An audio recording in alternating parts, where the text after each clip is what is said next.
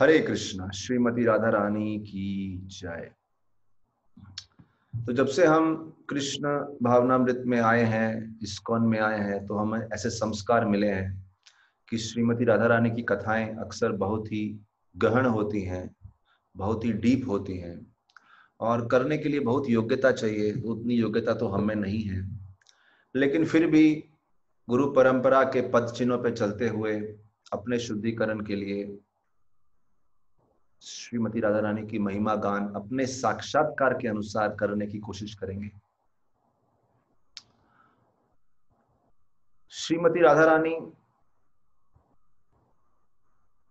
प्रभुपाद जी ने कुछ ज्यादा लेक्चर, अगर आप प्रभुपाद जी के लेक्चर देखेंगे, प्रवचन देखेंगे, तो राधाष्टमी पे बहुत कम प्रवचन है।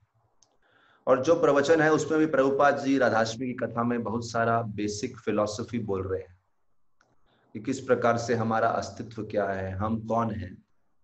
क्योंकि जब हम राधा कृष्ण के लीलाओं पे चर्चा करते हैं तो हमारे ध्यान में इस भौतिक जगत के संस्कार आते हैं, कैसे एक पुरुष स्त्री का आपस में प्रेम विलाप होता है, प्रेम संवाद होता है, तो हमको लगता है वैसा ही कुछ है। तो हम जैसी चेतना से उस लीला को देखते हैं वैसे ही वो लीला दिखती है। और इसलिए विदेश में जब प्रभुपाद जी प्रचार किए तो कुछ लोगों को द्वेष होने लगा कि अरे ये कौन है, इतनी सुंदर कन्या एक पुरुष के साथ खड़ी है। तो एक जगह पे प्रभुपाद जी ने बोला, दिस इज कृष्णा's गर्लफ्रेंड। अभी क्या समझाएं उनको, क्या समझेगा क्या है। कृष्ण की डिवोटी है तो उनकी भाषा में समझाना पड़ता है। लेकिन राधा रानी के तत्व को समझना बहुत जरूरी है, श्रीमती राधा रानी के सत्य को समझना बहुत जरूरी है। जब मुझे मैसेज आया कि आप श्रीमती राधाष्टमी की कथा कीजिए, तो उसमें लिखा था कि कृपया श्री राधा तत्व को समझाएं। तो मैं बोला हाँ भाई, हम समझ जाएंगे तो ही समझा सकते हैं। लेकिन फिर भी जैसा सुना है गुरु महाराज से, प्रभुपाद जी से, अनेक आचार्यों से, उसके आधार पर छोटी छोटी कथाएं सुनाएंगे और उन कथाओं के बीच में कुछ तत्व को समझने की कोशिश करेंगे। तो बीच में स्टोरीज भी करेंगे, तत्व भी करेंगे, ऐसे मिक्स करके हम समझने की कोशिश करेंगे। श्रीमती राधा रानी के जन्म की कथा पे चर्चा करते हैं। जन्म कथा आती है तो बोलते हैं विंध्या पर्वत। विंध्या पर्वत को अभी ये जन्म कथा जो है, इस भौतिक जगत में श्रीमती राधा रानी का अवतरण कैसे हुआ उसके ऊपर है। तो उसमें लिखा है कि विंध्या पर्वत जो थे उनको हिमालय से बहुत ही एक प्रकार की जेलसी होने लगी, जलन होने लगी। क्यों? क्योंकि हिमालय की जो पुत्री है पार्वती, और पार्वती का विवाह हुआ है भगवान शिव से।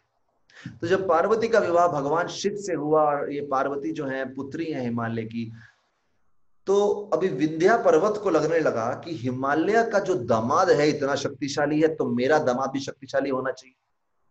अभी इस बात को गृहस्थ लोग समझ सकते हैं, विशेष रूप से जिन बच्चों की शादी हो चुकी है वो अच्छे से समझ सकते हैं कि कंपैरिजन दामाद के लेवल पे होता है। वो बोल रहे हैं अरे मेरा दामाद उनका दामाद बहुत शक्तिशाली है, मेरा दामाद शक्तिशाली नहीं है, या दामाद तो है ही नहीं। तो वो सोच रहे हैं कि मेरी भी कोई ऐसी पुत्री हो जिनका पति ऐसा हो जो भगवान शिव को हरा दे। ऐसी विंध्या पर्वत की इच्छा होने लगी कि भगवान शिव को हरा दे। तो विंध्या पर्वत ने तपस्या शुरू करी और ब्रह्मा जी की तपस्या करी। ब्रह्मा जी का खूब नाम जप किया, खूब ध्यान लगाया। ब्रह्मा जी बहुत प्रसन्न हो गए। ब्रह्मा जी ने विंध्या पर्वत को आशीर्वाद दिया कि हाँ ऐसा ही होगा, आपकी जो पुत्री होगी उनका पति यानी आपका दामाद इतना शक्तिशाली होगा कि भगवान शिव को हरा देगा। ये बोल तो दिया ब्रह्मा जी ने, क्योंकि ब्रह्मा जी अभी देवता के स्थान पे हैं, तो उनका काम है अभी कोई तपस्या करे तो उसकी इच्छा पूर्ण करना। लेकिन ब्रह्मा जी ने सोचा नहीं कि ये इच्छा पूर्ण होगी कैसे, क्योंकि आसान नहीं है करना। तो ब्रह्मा जी ने सोचा नहीं कि इच्छा पूर्ण कैसे होगी, दे दिया उनको। बाद में ब्रह्मा जी दुविधा में पड़ गए कि अरे मैंने बोल क्या दिया, शिव जी को तो कोई हरा ही नहीं सकता। फिर ब्रह्मा जी सोचने लगे शिव जी को अगर कोई हरा सकता है तो साक्षात श्री कृष्ण ही हरा सकते हैं और कोई नहीं हरा सकता। और ऐसी कई कथाएं हैं, वो कभी शिवरात्रि के दिन चर्चा करेंगे। लेकिन बात यह है शिव जी को श्री कृष्ण हरा सकते हैं। तो वो सोचने लगे अभी श्री कृष्ण का अवतरण कैसे। लेकिन फिर ध्यान में आया अरे श्री कृष्ण के अवतरण का टाइम हो गया है, जो युग की जो है अवधि है उसके हिसाब से समय हो गया है। और अगर श्री कृष्ण के जन्म का समय हो गया है और श्री कृष्ण कि जो अंतरंग शक्ति श्रीमती राधा रानी है उनका भी समय हो जाना चाहिए। लेकिन राधा रानी की जो आध्यात्मिक जगत में माता है वो है कीर्तिदा देवी। तो अगर राधा रानी यहां जन्म लेगी तो भी कीर्तिदा देवी के यहां ही जन्म लेंगी। लेकिन विंध्या पर्वत चाहते हैं राधा रानी उनके यहां जन्म ले, तो कैसा होगा? उनको दुविधा हो गई। तो देखिए, कभी कभी इस जगत में कोई व्यक्ति किसी को आश्रय देता है, लेकिन वो व्यक्ति सोचता है कि मैं आश्रय देने योग्य हूं कि नहीं। ब्रह्मा जी ने विंध्या पर्वत को आश्रय दिया, तुम्हारी इच्छा पूरी हो, लेकिन विंध्या पर्वत की इच्छा पूर्ण के लिए ब्रह्मा जी की क्षमता होनी चाहिए। ब्रह्मा जी खुद दुविधा में पड़ गए, उनको तपस्या करनी पड़ी। विंध्या पर्वत ने तपस्या करी थी ब्रह्मा को प्रसन्न करने के लिए, ब्रह्मा जी को तपस्या करनी पड़ी श्रीमती राधा रानी को प्रसन्न करने के लिए। बहुत तपस्या करी, श्रीमती राधा रानी को प्रसन्न करने के लिए खूब तपस्या करी। जब ब्रह्मा जी ने श्रीमती राधा रानी को प्रसन्न करने के लिए तपस्या करी, तो उनसे राधा रानी प्रकट हुई। उन्होंने बोला क्या चाहिए? बोले हम चाहते हैं आप विंध्या पर्वत, इस प्रकार से उनकी इच्छा है। अभी जब तक राधा रानी ना चाहे ऐसा नहीं हो सकता। तो राधा रानी ने कुछ ऐसी योजना बनाई। योग माया भगवान की शक्ति के प्रभाव से जो वृषभानु की पत्नी कीर्तिदा देवी और चंद्रभानु की पत्नी, उन दोनों के गर्भ में जो कन्याएं थी उनको ट्रांसफर किया विंध्या पर्वत की पत्नी के गर्भ में। तो इस प्रकार से जो कीर्तिदा यहां प्रकट होने वाली थी, एक्चुअली कीर्तिदा की ही पुत्री हैं, लेकिन विंध्या पर्वत के गर्भ में आके उनका प्राकट्य हुआ। अच्छा, विंध्या पर्वत के यहाँ पे ये कन्याओं का प्राकट्य हुआ, उसी समय कृष्ण का प्राकट्य हुआ था कुछ समय पहले। अच्छा, जब भी थोड़ा हम मथुरा की जेल में जाते हैं, मथुरा की जेल में जब श्री कृष्ण का प्राकट्य हुआ, श्री कृष्ण को गोकुल महावन ट्रांसफर किया, उनको लेके गए, बड़े ही प्रेम से वसुदेव लेके गए, कृष्ण की ही इच्छा से लेके गए। और जब कंस जेल में आए तो कंस ने देखा देवकी, माता देवकी के गोद में पुत्र नहीं पुत्री है। उन्होंने जब उस पुत्री को मारना चाहा तो वो पुत्री उनके हाथ से चली गई और वो पुत्री योगमाया के रूप में प्रकट हो गई। और योगमाया ने तभी घोषणा करी, देखो मेरे को तो तुम नहीं मार सकता, लेकिन जो तुम्हारा वध करेगा वो जन्म ले चुका है, और उनके साथ साथ 8 शक्तियां जन्म ले चुकी हैं। और वो 8 विशेष शक्तियां जो है वो मुझसे भी कहीं शक्तिशाली और कहीं सुंदर है। ये सब मथुरा की जेल में हो रहा है। जब कंस ने सुना कि ऐसा पुत्र जन्म ले चुका है, साथ ही साथ 8 शक्तियां जन्म ले चुकी हैं, कंस को इतना क्रोध आया। उस समय उसने पहली राक्षसी जो थी पूतना, उसको बुलाया और बोला जितने नवजात शिशु हैं सबको मार डाल। तो वो पूतना नवजात शिशुओं को मारने की इच्छा से जब पृथ्वी पे जगह जगह घूम रही थी, उसने देखा विंध्या पर्वत के यहाँ जो 2 कन्याओं का जन्म हुआ है, इनके लिए बहुत सुंदर संस्कार हो रहे हैं, और ये सुंदर संस्कार ब्राह्मण कर रहे हैं। उसी समय उन्होंने उस, अभी पूतना जो खेचड़ी थी, आसमान आकाश मार्ग से उड़ती थी, उसने 2 कन्या को उठाया और वहां से उड़ ली।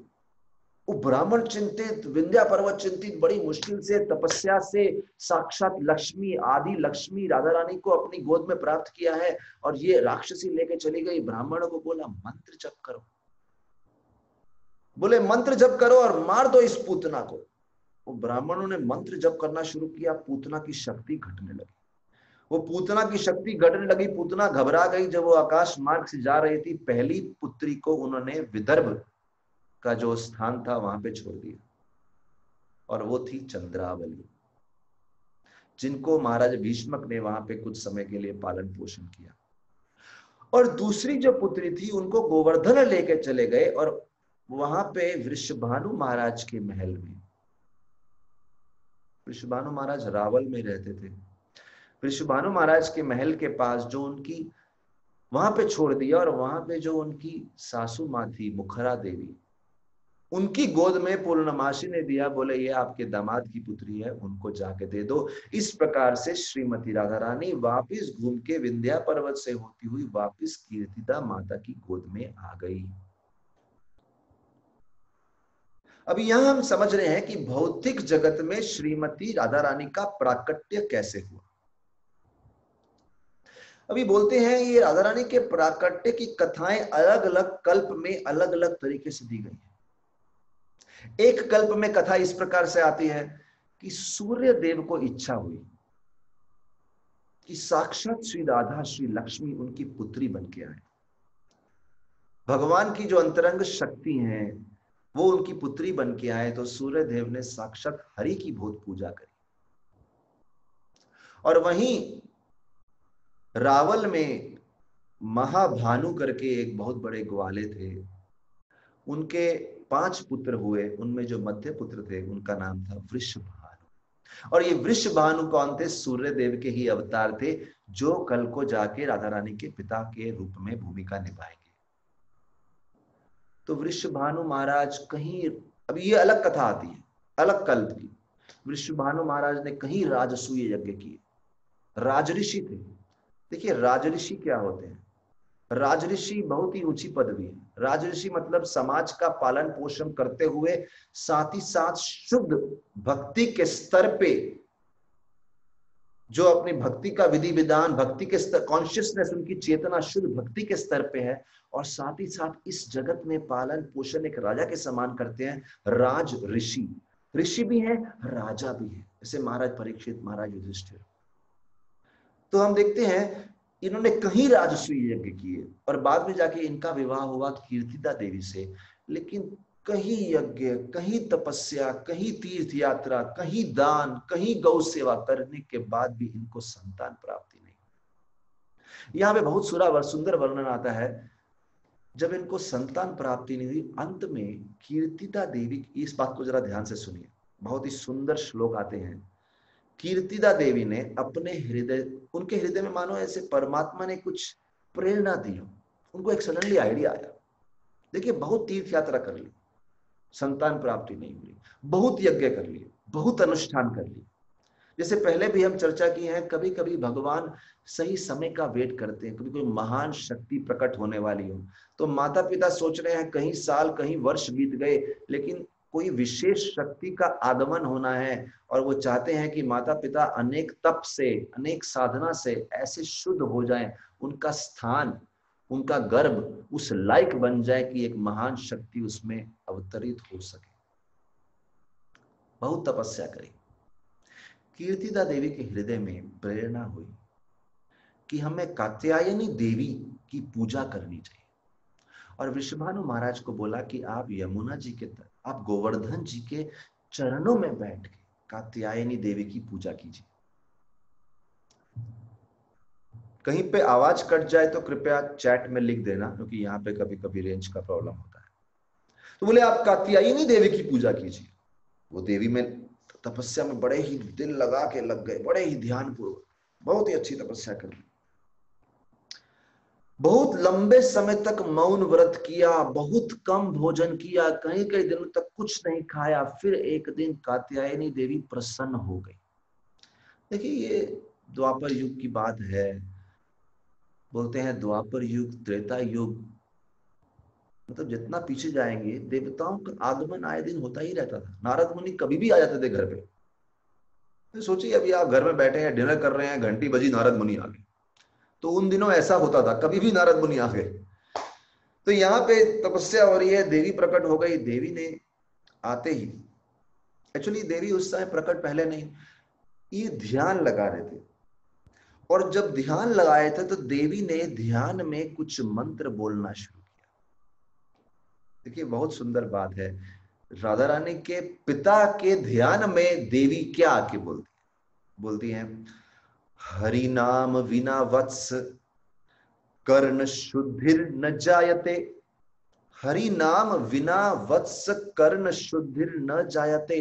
तुम कितनी भी तपस्या कर लो, कितना भी दान कर लो, लेकिन किसी भी तपस्या, यज्ञ, दान में अगर हरि नाम नहीं जुड़ा, हरि नाम के बिना कर्ण शुद्धि न जायते, कानों की शुद्धि नहीं होती, चित्त की शुद्धि नहीं होती। तस्मात् श्रेयस्करन राजन हरि नामानुकीर्तनम। इसीलिए श्रेयस्करण, सबसे उत्तम श्रेय वाली बात है, आपने सभी यज्ञ तो कर लिए, लेकिन अंत में हरि नाम में निपुणता, हरि नाम में पूर्णता प्राप्त करो। ग्रहाणा हरि नामानि यथा क्रमम विनिंदिता। और हरि नाम को उस प्रकार से जप करो जैसे गुरुओं ने, आचार्यों ने सिखाया है। जिस चेतना से हरि नाम जप करने की प्रेरणा आचार्यों ने दी है, वैसे हरि नाम को जप करो। जब ऐसा कात्यायनी देवी ने बोला तो उन्होंने बोला आचार्यों से सीखो। तो इन्होंने बोला मैं कौन सा हरि नाम जप करूं, कैसी चेतना में करूं, किस प्रकार से करूं। तो उनको आदेश हुआ कि क्रतु मुनि के पास जाइए, जो यमुना जी के तट पर बैठे हैं, और क्रतु मुनि से हरि नाम प्राप्त कीजिए। जब क्रतु मुनि के पास गए, बोलते हैं गुरु के पास जाइए, तद विधि प्रणिपातेन, नम्रता होनी चाहिए, परिप्रश्नेन, सही प्रकार की जिज्ञासा होनी चाहिए भगवान को समझने की। आज जब राधानाथ महाराज की कथा चल रही थी तो मैं सोच रहा था कि ऑनलाइन कथा ध्यान से सुनने के लिए जिज्ञासा बहुत तीव्र होनी चाहिए, क्योंकि घर में बैठे हैं, अकेले बैठे हैं, कितने सारे डिस्ट्रैक्शंस होते हैं। लेकिन अगर जिज्ञासा सच में तीव्र है, इच्छा बहुत है सुनने की, तो एक दृष्टि से ऑनलाइन कथा व्यक्ति बड़े ध्यान से सुनता है, क्योंकि आसपास एक दृष्टि से बहुत सारे डिस्ट्रैक्शन है, क्योंकि आप अकेले हैं, और एक दृष्टि से कोई डिस्ट्रैक्शन नहीं है, क्योंकि आसपास कुछ दिखने वाला ही नहीं है, सिर्फ कथा ही सुनाई दे रही है। और इसी प्रकार से स्पीकर के लिए भी, ऑडियंस सो रहा है, कोई भटक रहा है, स्पीकर को कुछ मालूम नहीं, स्पीकर अपना तल्लीनता से बोल सकता है, पूरा एब्जॉर्प्शन से बोल सकता है, उसे परवाह ही नहीं यहाँ पे कौन बैठा है, किसी को समझ में आ रहा है, किसी की। कभी कभी लाइव क्लास में किसी की खुशी के लिए थोड़ा चुटकुला बोलना पड़ता है, थोड़ी कविता बोलनी पड़ती है, लोग खुश हो जाते हैं, लोग बोलते हैं कथा भारी हो गई। यहाँ पे तो किसी का चेहरा दिखता ही नहीं, तो अपना कथाकार भी अपना तल्लीनता से बोल सकता है, तो एक तरह से डिस्ट्रैक्शन कम है। एनीवे, बात आ रही है जिज्ञासा की। तद विधि प्रणिपातेन परिप्रश्नेन सेवया, जितनी ज्यादा जिज्ञासा उतना व्यक्ति ज्ञान को प्राप्त कर सकता है। इसलिए क्रतु मुनि के पास गए, नम्रता थी, जिज्ञासा थी, और तीसरा है सेवा भाव था, सबमिसिवनेस, इंक्वायरी एंड सर्विस एटीट्यूड। सेवा भाव, एक बार बोला कर दिया, ऐसा नहीं कि 1000 बार बोला जा रहा है फिर भी व्यक्ति नहीं कर रहा। सर्विस एटीट्यूड, सुना और उसको जीवन में उतारा, ईगरनेस। क्रतु मुनि के पास गए, और तब क्रतु मुनि ने, बड़ी आनंद की बात है, राधा रानी का जन्म हो इसके लिए क्रतु मुनि ने कौन सा मंत्र दिया? क्रतु मुनि ने वृषभानु महाराज को हरे कृष्ण महामंत्र दिया। हरे कृष्ण कृष्ण कृष्ण हरे हरे, हरे राम राम राम हरे हरे। कोई साधारण मंत्र नहीं है, जिस मंत्र से भौतिक जगत में श्रीमती राधा रानी का प्राकट्य हुआ, उस मंत्र का जाप हम लोग रोज करते हैं। और क्रतु मुनि को बोला बहुत ही विधि विधान से, बहुत ही ध्यान पूर्वक इस नाम का जप कीजिए। और फिर बोले इति षोडशक नामात्मक नाम नाम त्रिकाल कल्मषापहम नातः परतरोपाय सर्व वेदेषु विद्यते। इससे बड़ा शुद्धिकरण का और कोई मार्ग नहीं है। अच्छा, इसके बाद क्या श्लोक बोले? बोले सात्तो वा वैष्णवो वापि शौर्यो वा शैव एव वा गणपत्यो लभेत कर्णो शुद्धिम नामानुकीर्तनात्। बहुत सुंदर श्लोक है, आज के अवधि में बात करने वाला। गणेश पूजा का समय चल रहा है, यहाँ बोलते हैं शाक्तो। शाक्तो कौन होते हैं? देवी के उपासक, दुर्गा के, काली के उपासक। वैष्णव वापी, वैष्णव कौन होते हैं? भगवान विष्णु श्री कृष्ण के उपासक। शौर्यो चो शैव चापी, भगवान शिव के उपासक, सूर्य देव के उपासक। गणपत्यो, गणेश जी के उपासक। बोले आप दैवी के उपासक हो, वैष्णव हो, भगवान शिव के उपासक हो, सूर्य देव हो, गणेश जी के उपासक हो, लभेत कर्णो शुद्धि, अंत में कर्ण की शुद्धि, चेतना की शुद्धि आपकी भगवान हरि के नाम कीर्तन से ही होगी।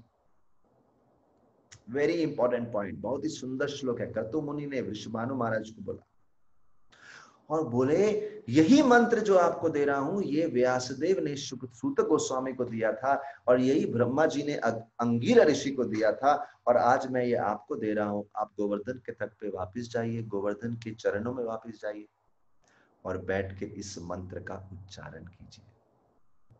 हरे कृष्णा कृष्ण कृष्ण हरे हरे, हरे राम राम राम हरे हरे। बड़े ध्यान पूर्वक, केवल अक्षर नाम नहीं, ऐसा नहीं अक्षर निकल रहे हैं, उसके अंदर प्रॉपर भाव होना चाहिए, सेवा भाव होना चाहिए, आपकी सारी इच्छाएं पूरी। उस समय जब उन्होंने जप किया हरे कृष्ण महामंत्र का, कभी कभी लोग बोलते हैं अरे हम कृष्ण का नाम जप करेंगे तो देवी दुखी हो जाएंगी, नाराज हो जाएंगी, पहले हम देवी की उपासना करते थे।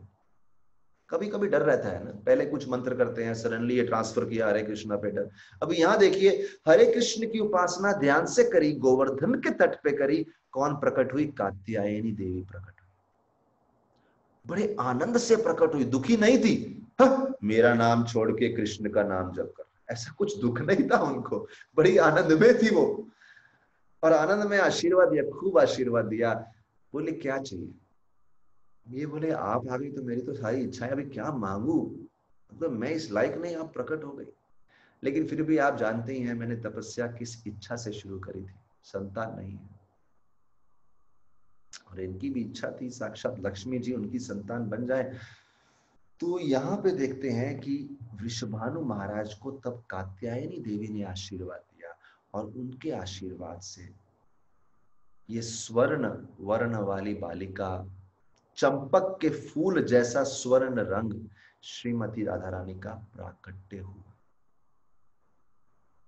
और यही अलग कल्प में अलग कथा आती है कि वृषभानु महाराज यमुना जी में स्नान करने के लिए गए, दोपहर का समय था, और तभी एक सुंदर 1000 पंखुड़ियों वाला सोने का कमल आके वृषभानु महाराज को स्पर्श किया। उन्होंने देखा उसके अंदर एक बहुत ही सुंदर, मानो सैकड़ों चंद्रमा का तेज और सैकड़ों चंद्रमाओं की ठंडक पहुंचाने वाला, करुणा देने वाला, हृदय को शांत करने वाला, हृदय को प्रेम देने वाला, ऐसे चंद्रमाओं की ठंडक मिलके ये पुत्री के शरीर की तेज प्राप्त हो रहा है।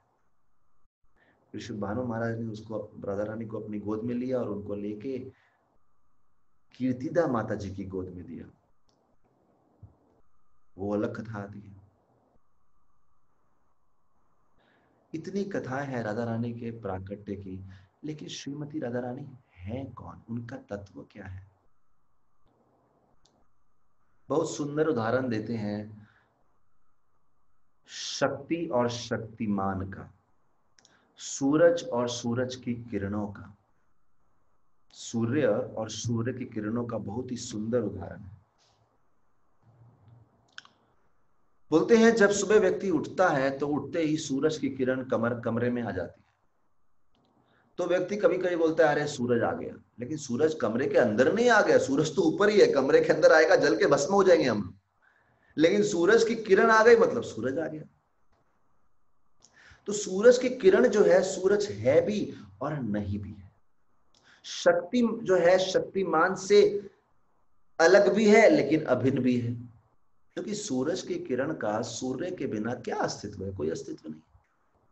ऐसे ही वो सूर्य क्या जिसकी किरणें ना हो, उसी प्रकार से भगवान श्री कृष्ण और राधा दोनों एक हैं, लेकिन फिर भी दो हैं। दोनों एक हैं, बोले एक ही तत्व हैं जो दो हो गए, और वो दो तत्व हैं जो एक हो जाते हैं। दो क्यों हो गए? देखिए बात ऐसी है, अभी हम कथा कर रहे हैं, अगर आप में से यहाँ कोई भी ना हो, ये एग्जाम्पल प्रभुपाद जी देते हैं, बोले हम कथा कर रहे हैं, यहाँ पे आप में से कोई भी ना हो तो कथा करने का आनंद आएगा? नहीं आएगा। आ सकता है, लेकिन फिर भी थोड़ा ग्रुप में तो अलग ही चीज है। आधा पौना घंटा पहले राधानाथ महाराज कथा सुन रहे थे, तो हम लोग इस समय गोवर्धन इको विलेज में हैं, हम एक कमरे में हैं, दूसरे भक्त अलग कमरे में, दूसरे अलग कमरे। मैं अपने कमरे में सुन रहा था, फिर मेरे को मन किया ये अकेले क्या सुनने का, साथ में बैठ के सुनते हैं। देखिए सबको अपने अपने कंप्यूटर पे सुनना है या अपने अपने फोन पे ही सुनना है, सबके पास इंटरनेट आ रहा है। तो आधा घंटा कथा सुनी, फिर मन किया अरे अकेले बैठ के सुनने का कुछ आनंद नहीं आ रहा, किसी के साथ बैठ के सुनते हैं। तो मैं बाजू वाले कमरे में गया, वहां पे ऑलरेडी 2 भक्त साथ में सुन रहे थे। तो मिलके ग्रुप में जो आनंद लिया जाता है, अकेले में व्यक्ति नहीं ले सकता। अभी अगर सारा का सारा महाप्रसाद मंदिर से मिल भी गया लेकिन 4 लोग बांट के खाने वाले नहीं है तो क्या आनंद उसका, अकेले बैठने का कोई आनंद ही नहीं आता उसको। तो प्रभुपाद जी एग्जाम्पल देते हैं, बोले आनंद तो एसोसिएशन, संगत में आता है। बोले कथा करने का आनंद संगत में आता है, कथा सुनने का आनंद संगत में आता है, क्योंकि हम अपने आप में अपूर्ण है, हम अपने आप में स्वयं संतुष्ट नहीं है, आत्म तृप्त नहीं है। We are not self sufficient. लेकिन श्री कृष्ण जो है सेल्फ सफिशिएंट, आत्म तृप्त, हमें किसी की आवश्यकता नहीं, क्योंकि श्री कृष्ण ना षड ऐश्वर्य पूर्ण है, उनके अंदर सौंदर्य है, बल है, धन है, पूर्ण मात्रा। देखिए हम अपूर्ण क्यों महसूस करते हैं, क्योंकि हम षड ऐश्वर्य पूर्ण नहीं है। We do not have all the opulences in full. कोई गुण हम में है थोड़ा सा, तो कोई गुण उस दूसरे में है, कोई तीसरे में है, सब मिलके कुछ कर सकते हैं। अभी यात्रा में गए तो यात्रा में एक करताल बजाने वाला भी चाहिए, एक मृदंग वाला भी चाहिए, एक ज़ेम्बे वाला भी चाहिए, एक सब ग्रुप चाहिए, कोई मैनेजर चाहिए, कोई प्रसाद बनाने वाला चाहिए। वो ऐश्वर्य सबके, एक आदमी के पास सभी ऐश्वर्य नहीं होते, संभव ही नहीं है। श्री कृष्ण के पास सभी ऐश्वर्य, उन्हें बाहर से किसी चीज की आवश्यकता नहीं। लेकिन श्री कृष्ण बोलते हैं आनंद का मजा तो तभी है जब 1 से 2 हो जाए। अभी 2 मतलब दूसरा कौन व्यक्ति, किसकी औकात है इस जगत में जो कृष्ण को आनंद दे सके। तो कृष्ण अपने अंदर से ही एक शक्ति का विस्तार करते हैं। श्री कृष्ण की तो अनेक शक्तियां हैं, लेकिन विशेष में जो शक्ति आनंद स्वरूपा है वो है अलादिनी शक्ति। तो वो शक्ति जब विस्तारित होती हैं, वो श्रीमती राधा रानी का रूप में विस्तारित होती हैं। कौन सी शक्ति है? अलादिनी शक्ति, जिनका काम है कृष्ण को प्रसन्नता देना, खूब प्रेम देना, खूब आनंद देना, तनिक भी स्वार्थ से मुक्त, पूर्ण रूप से निस्वार्थ, अन्य अभिलाषिता शून्य। इसीलिए शुद्ध भक्ति की मूर्तिमान स्वरूप है श्रीमती राधा रानी। देखिए हम में से बहुत सारे लोग प्रभुपाद की संस्था में आने से पहले कहाँ मालूम था मंदिर जाने का लक्ष्य क्या है। हमारे लिए तो मंदिर यानी गए, कभी दुखी हैं तो चले गए, कभी एग्जाम आने वाले हैं तो चले गए, किसी की शादी नहीं हो रही तो चला गया, सब मतलब कहीं कभी पूजा के लिए चले गए। तो मतलब मंदिर जाना मतलब एक स्वार्थ पे आधारित, ताकि हमारा जीवन कुशल मंगल रहे। इस्कॉन में आया तो ये अलग पैराडाइम, अलग ही एंगल दिखा। न धनम न जनम न सुंदरी कविताम वा जगत ईश काम।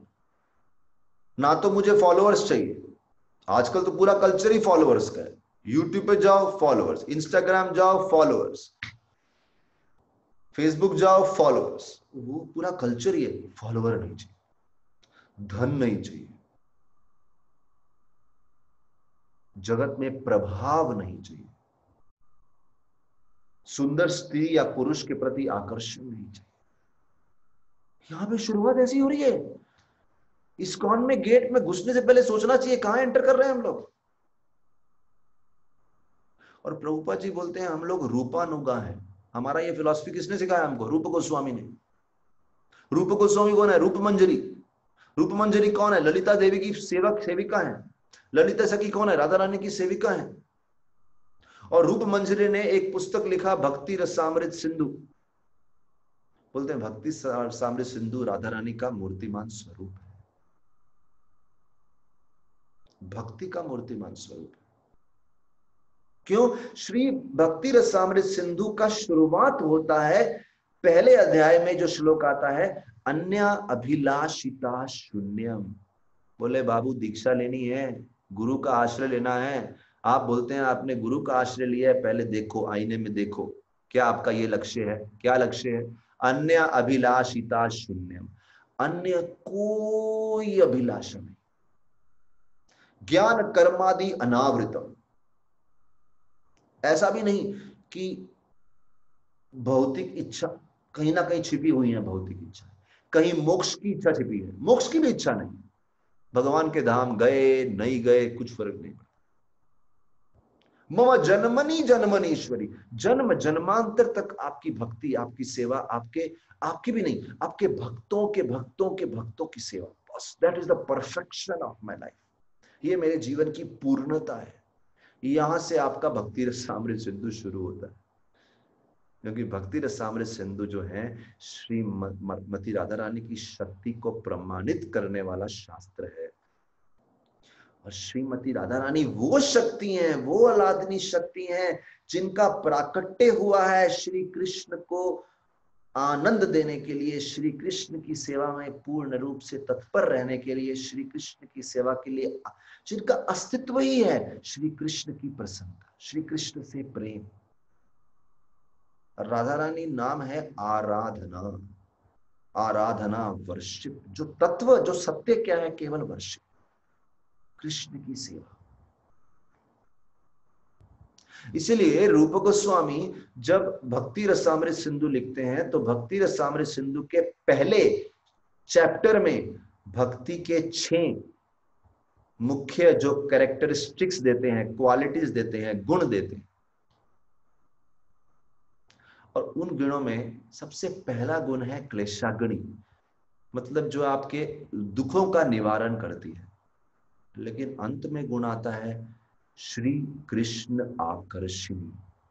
ये भक्ति वो तत्व है जो श्री कृष्ण को पूर्ण रूप से खरीद लेती हैं। और क्योंकि ये श्री कृष्ण को पूर्ण रूप से खरीद लेती हैं, भगवान ये भक्ति आसानी से नहीं देने वाले बच्चे, हमको बहुत संघर्ष करना पड़ेगा। क्यों? क्योंकि श्री कृष्ण को मालूम है कि भक्ति दे दिया तो मैं बिक जाऊंगा। आज की जो कुछ कथाएं चर्चा करेंगे, हम थोड़ी बहुत छोटी छोटी कथाएं चर्चा करेंगे राधा रानी की, हम देखेंगे कि कृष्ण किस प्रकार से शुद्ध भक्ति के प्रति पूर्ण रूप से बिक जाते हैं, सोल्ड आउट, अपना अस्तित्व खो बैठते हैं, दास बन जाते हैं। और ये तत्व क्यों दर्शा रहे हैं? श्री कृष्ण दिखा रहे हैं जीवन में देखो लक्ष्य क्या होना चाहिए, किस प्रकार की शुद्ध भक्ति को अपने जीवन का लक्ष्य बनाना है, जीवन का सार बनाना है। Please understand. इसलिए कोई भी राधाष्टमी का क्लास सुनेंगे आप तो ये तत्व पे चर्चा होगी। श्री कृष्ण का नाम है मदन मोहन।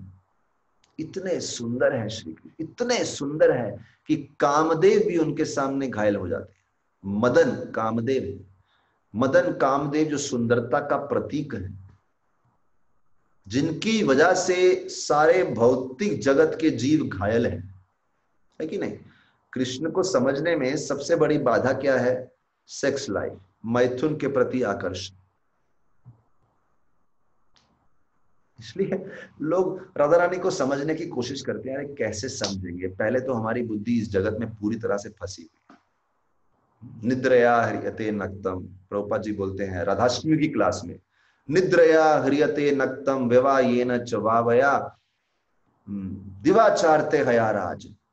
दिन बीत गया पैसा कमाने में, परिवार का पालन पोषण करने में, और रात बीत गई सोने में और मैथुन का आनंद लेने में। बस बोले जब बदजीव इस भौतिक बुद्धि में अटका है, कहां समझेगा श्री राधा के तत्व को?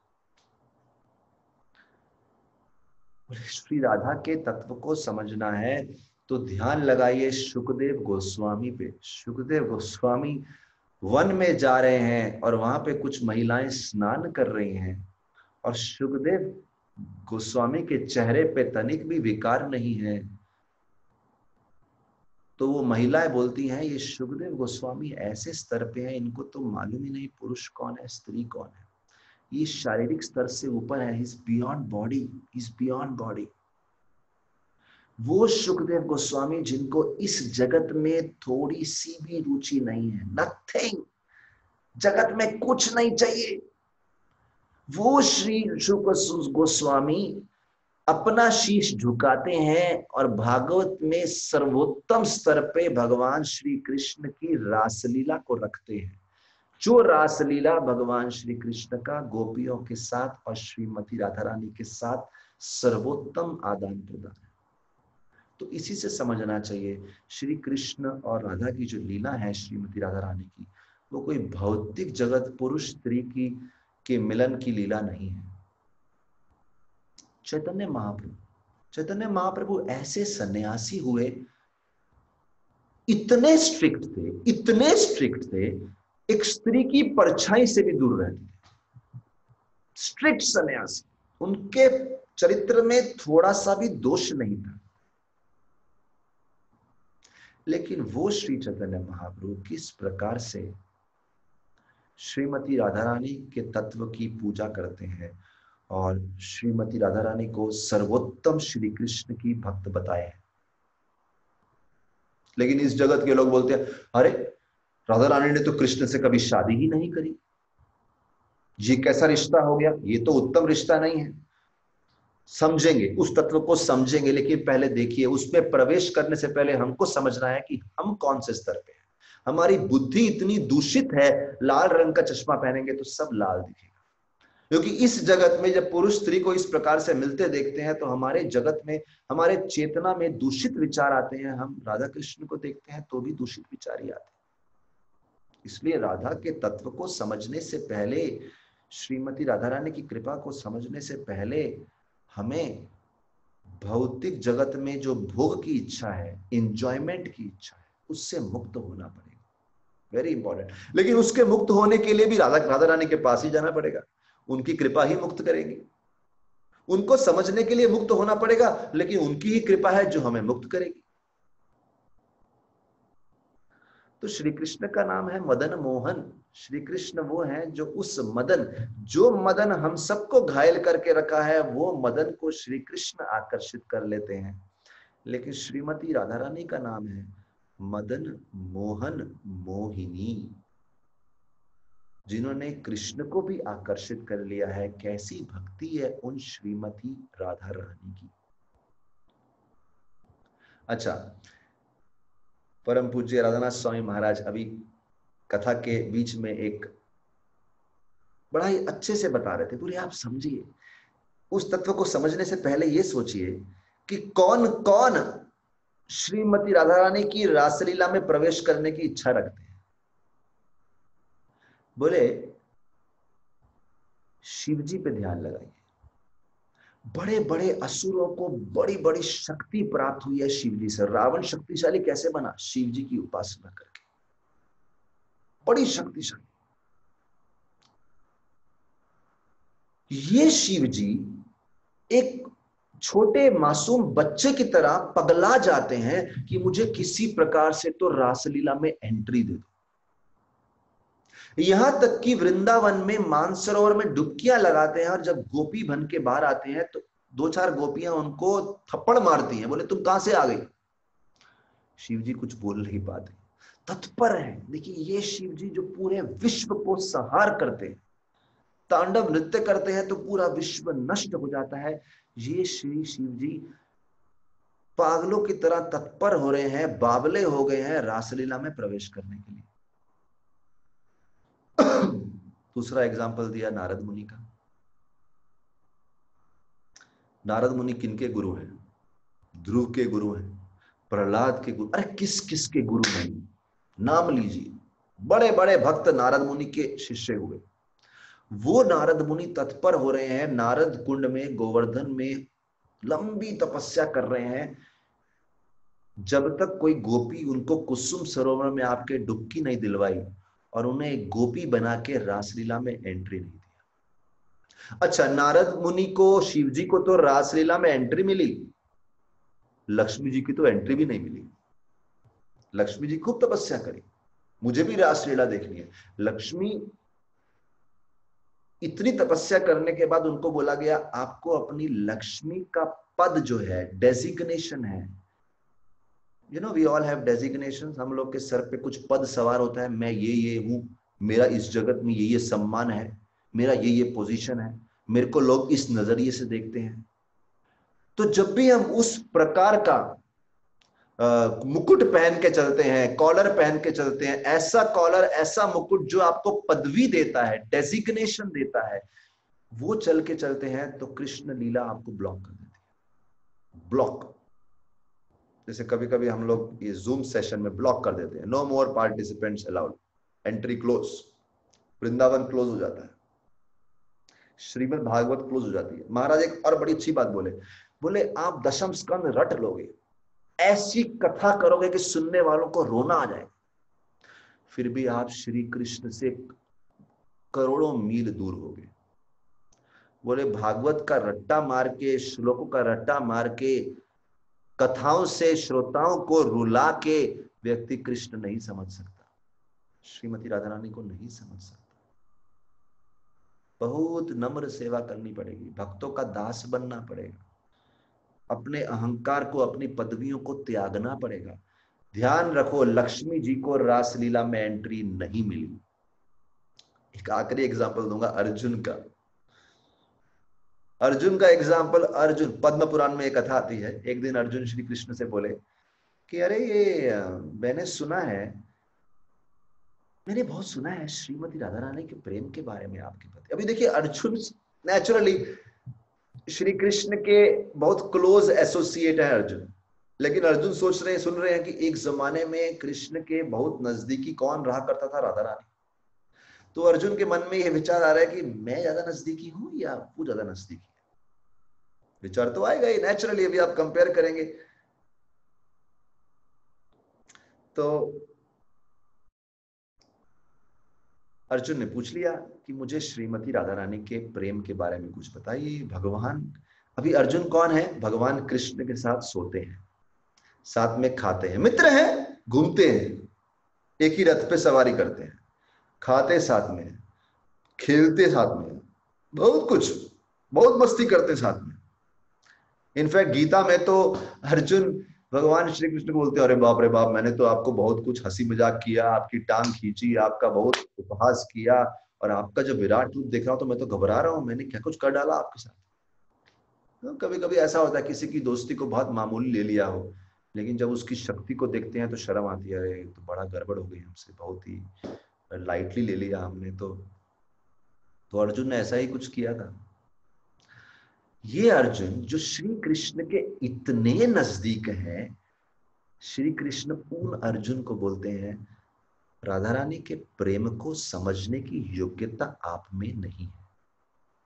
अरे जब अर्जुन में नहीं तो हमारी क्या औकात है। कथा बंद कर दें क्या? बंद नहीं करेंगे, फिर भी शुद्धिकरण के लिए समझने की कोशिश करेंगे। लेकिन अर्जुन को बोला you are not qualified. Arjun ने हट ठान ली। क्या बोला मालूम है भगवान श्री कृष्ण ने अर्जुन को? बोले आप ना पहले पार्वती जी के पास जाइए, पार्वती जी की खूब तपस्या कीजिए। तो अर्जुन ने पार्वती जी का आशीर्वाद प्राप्त किया, खूब तपस्या करी। देखिए स्टेप बाय स्टेप जाना पड़ता है ना। अभी टॉप के पास जाना तो सीधा नहीं जा सकते, पहला फर्स्ट सीढ़ी पार्वती जी के पास। अच्छा, अभी श्री कृष्ण तो दे सकते थे ना, लेकिन श्री कृष्ण नहीं देंगे। क्यों? भक्ति जो है ना भक्तों से मिलती है, भगवान से नहीं मिलती। क्योंकि कृष्ण को प्रेम करने की शक्ति तो भक्त के पास है, श्री कृष्ण थोड़ी ना देंगे। तो प्रेम करने की शक्ति भक्तों के पास है, और उनमें से बहुत प्रमुख भक्त हैं पार्वती देवी। पार्वती देवी ने कुछ मंत्र दिया जिससे अर्जुन ने खूब जाप किया, अर्जुन के ऊपर पार्वती जी की कृपा हुई। फिर पार्वती, जैसे अभी एग्जाम्पल देखिए, पार्वती जी को ना इस जगत की जेलर बोला गया है। तो जब जेलर ताला खोलेगी तभी तो व्यक्ति बाहर जाएगा ना। तो पार्वती जी की पूजा करी, पार्वती जी जेलर हैं, वो भौतिक जगत के बंधनों का ताला खोलेगी तो व्यक्ति बाहर जाएगा। पार्वती जी ने उनका केस फाइल दिया नेक्स्ट वृंदावन की एक गोपी को, सीधा राधा रानी के पास नहीं जाएंगी। तो अर्जुन ने फाइल दिया पार्वती, सॉरी कृष्ण ने फाइल दिया पार्वती को। कृष्ण बोले भक्ति तो भक्तों के पास है, मैं क्या दूं। पार्वती ने ट्रेनिंग दिया, फाइल दिया एक गोपी को। वो गोपी ने थोड़ा दिन ट्रेनिंग दिया, अर्जुन को प्रशिक्षण दिया, अर्जुन को तपस्या करने को बोला, शुद्ध किया अर्जुन ने। फिर वो गोपी उनको वृंदावन के कुंड में लेके गई, अर्जुन को डुबाया वहां पे। जब बाहर निकल के आए तो गोपी रूप में आए, नाम हो गया अर्जुनिया गोपी। अर्जुनिया गोपी बन गई। उनकी सारी याददाश्त चली गई, कुछ याद ही नहीं था कि वो अर्जुन है। वो सोच लिया मैं गोपी हूं। वो गोपी उनको लेके दूसरी गोपी के पास गई, वो गोपी उनको राधा रानी के पास गई। राधा रानी ने पूछा आप कौन है? बोले मुझे सिर्फ इतना मालूम है मैं अर्जुन या गोपी हूँ, वो तालाब में से आई हूँ, उससे पहले कहाँ थी मुझे नहीं मालूम। तो मेमोरी था ही नहीं उनके पास। जब श्रीमती राधा रानी ने अपना आशीर्वाद दिया, कृपा दी, अपने चरणों में आश्रय दिया अर्जुन को, और कुछ समय के लिए वहां रखा, कुछ क्षणों के लिए श्रीमती राधा रानी ने रासलीला का आस्वादन, दर्शन, कृपा दिया अर्जुन को, और फिर अर्जुन को बोला अभी के लिए आप इतने ही लायक हैं, वापस जाइए।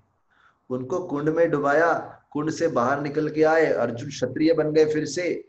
लेकिन इस बार उनका मेमोरी लॉस नहीं हुआ। जो उन्होंने थोड़ा सा आस्वाद किया था राधा रानी की भक्ति और प्रेम को, उसको लेके वापस कृष्ण के पास आए और नतमस्तक गिर गए भगवान के सामने। उनको ऐसी शर्मिंदगी हुई कि मैं सोच रहा था सबसे बड़ा भक्त मैं हूं। सोचिए आप ना, अर्जुन कैसे कृष्ण के बाजू में बैठे हैं, खाते हैं, सोते हैं, खेलते हैं, और वो उनका अहंकार चूर-चूर हो गया जब राधा रानी के प्रेम को देखा। तो हम अगर भक्ति जानना चाहते हैं, अगर आपको भगवत गीता बोरिंग लगती है, भगवत गीता पढ़ेंगे तो दिमाग में नहीं घुसती, लेकिन आप सोचिए पहले अर्जुन ने गीता सुनी, क्वालिफाइड हुआ, पार्वती की पूजा करी, गोपी की पूजा करी, बहुत तपस्या करी, तब जाके राधा तत्व को समझा। पहले गीता तो समझ लीजिए, फिर श्रीमती राधा रानी की लीलाओं को समझेंगे। इंपॉर्टेंट तत्व। और फिर प्रभुपाद जी बोलते हैं श्रीमती राधा रानी के दो भूमिकाएं हैं। एक भूमिका कृष्ण को आकर्षण करना, वेरी इंपॉर्टेंट, कृष्ण को आकर्षण करना, आकर्षक शक्ति। और एक भूमिका है कृपा शक्ति, भौतिक जगत के पीड़ित जीवों को कृपा देना। जैसे घर में होता है, कभी कभी पिता कान खींचते हैं, माँ बोलती है नहीं छोड़ दो चलेगा, बच्चा है ठीक है। राधा रानी का ऐसा भूमिका है। इसीलिए भक्तों के लिए हम सब संघर्ष कर रहे हैं भक्ति में, गिरते पड़ते लड़खड़ाते, थोड़ा बहुत माला करते हैं, 4 करते हैं तो 6 बोलते हैं, 6 करते हैं तो 10 बोलते हैं, कुछ कुछ गड़बड़ करते रहते हैं माला में। माला करते करते सो जाते हैं, लड़खड़ा जाते हैं। कौन कहाँ समझ में आएगा ये सब? तो कम से कम साल में एक दिन तो मालूम है, खूब डिस्काउंट बोनस लगा है, जाओ कृपा ले लो, कम से कम एक बार तो गिड़गिड़ाओ श्रीमती राधा रानी के। तो पूरा साल जो कथाएं सुनते हैं, उन कथाएं सुन के हृदय में तीव्रता होती है कि अरे काश मैं भी भक्ति को समझ सकता। बस इतना ही, समझ नहीं आती है, इच्छा होती है शायद मैं समझ जाऊं। समझ में कुछ नहीं आ रहा, काश मेरी हरि नाम में इच्छा हो जाए। 20-20, 30 साल लग जाते हैं सोचते सोचते, काश कृष्ण नाम में रुचि जागृत हो जाए। लेकिन वो सब इच्छाएं जो हृदय में उभरती हैं और उसको लेके राधाष्टमी को जो राधा रानी के चरणों में बैठता है और हाथ जोड़ के बैठता है, तो राधा रानी अपनी कृपा कटाक्ष करती हैं, देखती हैं भक्त की तरफ, और तब थोड़ी कृपा मिलती है। ये जितना श्रवण किया पूरा साल भर, आपका हृदय प्रिपेयर हुआ राधाष्टमी को याचना करने, गौर पूर्णिमा को याचना करने। क्योंकि श्री प्रभुपाद जी बोलते हैं इसलिए हमें कृष्ण के भक्त नहीं बनना, राधा रानी के भक्त बनना है। वृंदावन जाएंगे तो लोग राधे राधे बोलते हैं, हरे कृष्णा भी नहीं बोलते। लेकिन प्रभुपाद ने हमको बोला है हमें हरे कृष्णा ही बोलना है, ये हमारे आचार्यों ने हमको सिखाया है। लेकिन साथ ही साथ बता रहे हैं कि हरे, हमारे लिए राधा रानी कौन है? हरे शब्द में जब हम बोलते हैं हरे कृष्णा, हम राधा रानी के द्वारा कृष्ण को अप्रोच कर रहे हैं। हरे रामा, राधा रानी के द्वारा अप्रोच कर रहे हैं। क्योंकि राम जो है कृष्ण का ही नाम है, कि कृष्ण कैसे पूर्ण रूप से आनंद के स्रोत है, लेकिन राधा रानी के द्वारा अप्रोच कर रहे हैं, डायरेक्ट कृष्ण के पास नहीं जाएंगे। इसलिए प्रभुपाद जी कथा में बोलते हैं अगर फूल लेके आओ अर्पण करने के लिए, राधा रानी को दो, कृपया आप कृष्ण को दे दीजिए। इसलिए राधा गोपीनाथ मंदिर में राधानाथ महाराज बोलते हैं कि राधा रानी कृष्ण की तरफ इशारा करके खड़ी हैं ऐसे, आप ये भक्त को स्वीकार कीजिए। नालायक है, बहुत नालायक है, मैं बोल रही हूं इसलिए कर लो, प्लीज मैं बोल रही हूं कर लो। That is Radha Rani. तो एक उनका तत्व है श्री कृष्ण को आकर्षण, लेकिन एक तत्व है करुणामयी राधे। करुणामयी राधे, करुणा से परिपूर्ण, कृपा से परिपूर्ण। देखिए कभी कभी कथाएं सुनते हैं हम लोग इस जगत का थोड़ा सा मिश्रण करके, तो कथाओं में आनंद आता है, लेकिन ये कथाओं में जगत का मिश्रण नहीं है, ये अलग जगत की है। Come out of your selfish space, अपने स्वार्थी जीवन से बाहर निकलिए, उठिए और आइए राधा रानी की स्पेस में एंटर कीजिए कि राधा रानी क्या देना चाह रही है।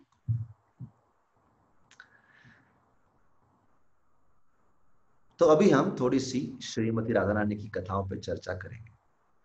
थोड़ा लेट चलेगा, जिसको बैठना है बैठिए, जिसको बंद करना है बंद कर दीजिए।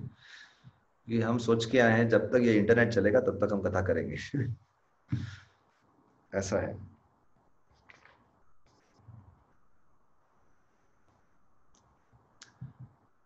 तो नारद मुनि, राधा रानी का जन्म हुआ तो नारद मुनि राधा रानी को देखने के लिए आए। क्यों देखने के लिए आए? गोकुल में श्री कृष्ण का जन्म हुआ और श्री कृष्ण इस जगत में अपनी हलादनी शक्ति के बिना नहीं जाते, क्योंकि आनंद लेना है तो आनंद देने वाली शक्ति भी तो होनी चाहिए। तो नारद मुनि सोच रहे हैं कृष्ण तो गोकुल में आ गए, हलादनी शक्ति कहां पे आई? वो भी कहीं आए होगी, कहां पे आई? ठीक है। तो वो ढूंढते ढूंढते ढूंढते ढूंढते अलग अलग गांव में जा रहे हैं, तभी विश्वभानु महाराज के घर में आए और उनसे पूछा आपकी कोई संतान है? बोले हाँ हमारा एक पुत्र है श्रीदामा। बोले इसके अलावा और भी कोई संतान है? बोले अभी विश्वभानु महाराज को पुत्री मिली थी ना यमुना जी में से। बोले हाँ एक और है। नारद मुनि ने बोला मैं उनके दर्शन कर सकता हूं? बोले हाँ जरूर। बोले मुझे कमरे में अकेला छोड़ दीजिए। नारद मुनि को कमरे में लेके गए, राधा रानी को शिशु रूप में देखा, बालिका रूप में देखा, वहीं पे बैठ गए, ध्यान लगाया।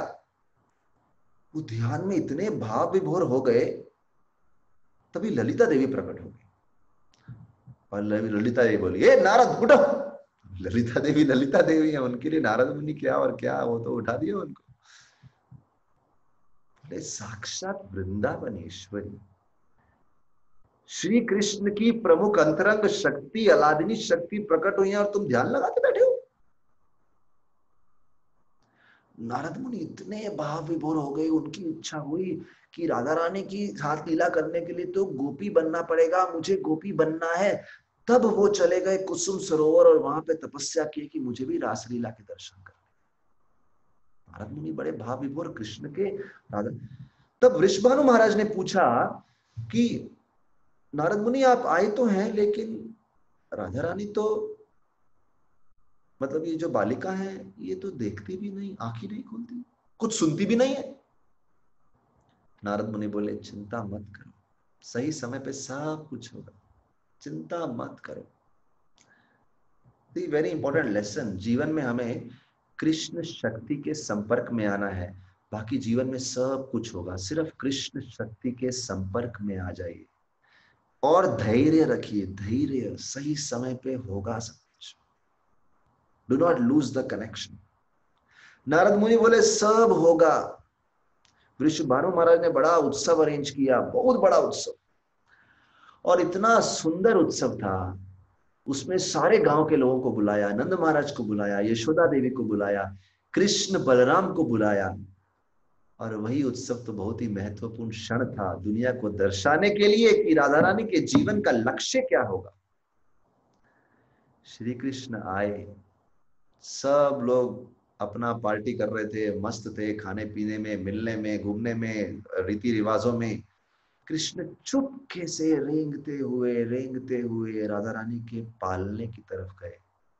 और आप देखेंगे मंदिर में भी हमारे ये लीला का डायरामा बड़ा सुंदर बना हुआ है। राधा गोपीनाथ जी के आंगन में श्री कृष्ण गए, राधा रानी के पालने को पकड़ा और कैसे तो ऊपर उठे और जब श्री कृष्ण के शरीर के दिव्य सच्चिदानंद शरीर की खुशबू राधा रानी को स्पर्श की, तब श्रीमती राधा रानी ने पहली बार आंखें खोली और जो मुस्कुराई, लेकिन कुछ क्षण के लिए ही मुस्कुराई हो, और उसके बाद जो रोना शुरू किया, जोर से रोई। तभी तो माता पिता आएंगे कि उन्होंने पहली बार वाणी खोली है, आंख खोली है, कुछ सुनी है।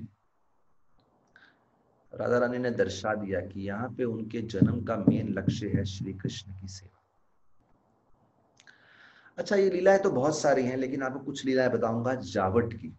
हम लोग पिछले बार अधिक मास यात्रा में जावट गए थे, इस बार तो पता नहीं जा पाएंगे कि नहीं। कोरोना वायरस की करुणा चल रही है, तो देखते हैं राधा रानी करुणा करेंगी कि नहीं करेंगी। लेकिन जब जावट गए थे, अभी राधा रानी का विवाह कर दिया 9 साल की उम्र में। किससे किया? अभिमन्यु से। लेकिन राधा रानी बहुत रोती थी कि अरे मुझे तो कृष्ण से विवाह करना था, शादी कर दी अभिमन्यु से। देखिए, एक बड़ी सुंदर लीला है।